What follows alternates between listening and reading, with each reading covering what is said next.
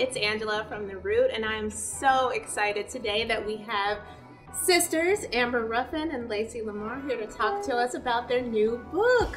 Welcome, ladies. Hi, thanks for having us. I'm so glad you guys are here. So your new book, The World Record Book of Racist Stories, comes out today, and I have to say so many things surprised me about this book, but first, the very first thing was that this is not the first book that you've written about this topic.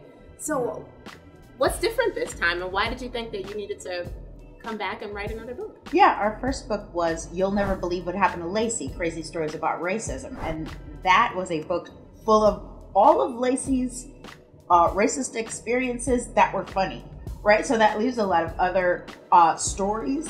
And then we thought that plus everything that has happened subsequently, after we came out with the first book, that could make its own second book. And because the first book was a New York Times bestseller, we were like, well, keep it going. Absolutely. Yeah. So I was reading this book back and forth on my commute. So I was on the subway and reading this book, and I had to keep reminding myself that these stories were true. Yeah. Mm-hmm. And I mean, you guys, you have a great knack for storytelling, and I did find myself laughing out loud, but I wondered, was there anything painful about this writing process? I mean, this is serious stuff. People talking about racism. I mean, things that you guys personally experienced in your life.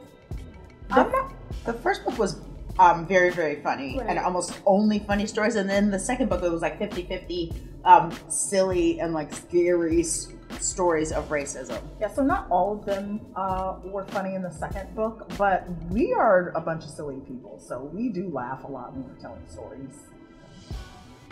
Yeah, I mean, I was definitely clutching my pearl. One that comes to mind is the story about you going out to a restaurant and a couple asking you about the salmon. Can you share this a little bit? Sure. So I was at a restaurant. It was for my birthday, and I was having fun. That's all I got. And so there was a ton of us, maybe 15. I can't remember the number of people, but we were all sitting at this big table, and there was a white couple sitting very close to us, and they had kind of interjected themselves into our story, or into our party.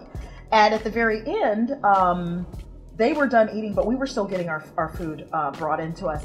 And it was, you know how at a fancy restaurant they wrap your food up into like a swan. And he came over to us and he goes, "Does anyone want to purchase my salmon? It's kind of expensive, but it's barely been touched." And so we were like, "No thanks."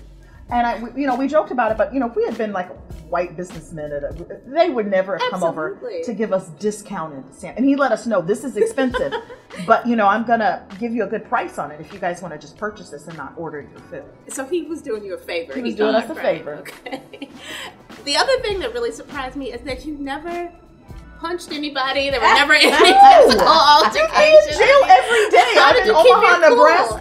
All the way up When under things happen the to jail. you over and over and over again, you can't react like that. You'll be in prison every day. You can't do that. You can't.